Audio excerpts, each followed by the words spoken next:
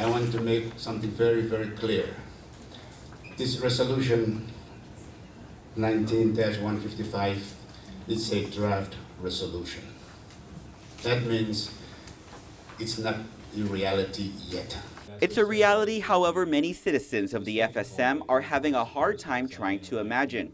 Resolution 19-155 requests for the termination of the Treaty of Free Association between the U.S. and the FSM no later than 2018. During the forum over the weekend, Leo Falcom Jr., the FSM president's chief of staff, says if the entire compact is terminated, it will have an effect of benefits for FSM citizens. Those effects are fairly far-reaching, especially when it comes to immigration, and those programs that our citizens can take advantage of when they're living abroad in the United States or its territories.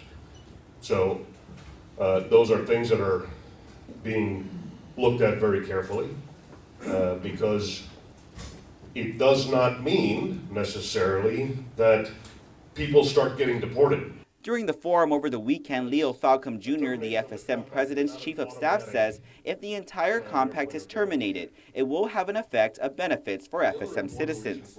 Other questions range from political status, being a sovereign country, security, and federal funding. And speaking of funding, officials noted a bigger concern aside from the resolution is what happens in 2023, when the financial component of the compact is set to end. At this time, a trust fund that the U.S. and the FSM governments have been contributing to since 2004 will kick in. Former FSM ambassador to the U.S. Asterio Takisi says it might not be enough. What we will receive from that account will not equal what we are receiving today from the U.S. grants. It will be short by approximately 30 to 40% of what we're receiving today.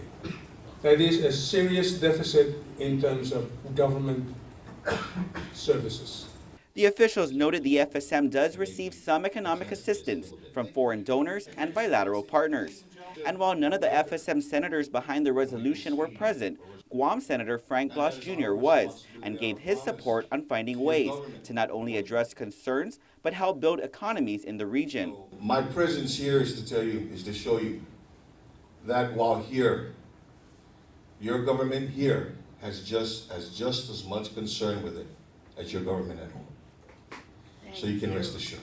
Officials noted while the resolution's only request for the FSM president to terminate the compact, it would actually have to be mutually agreed by the U.S. and the FSM. That would also involve a plebiscite with the 4 island states of Yap, Pohnpei, Kosrae, and Chuuk.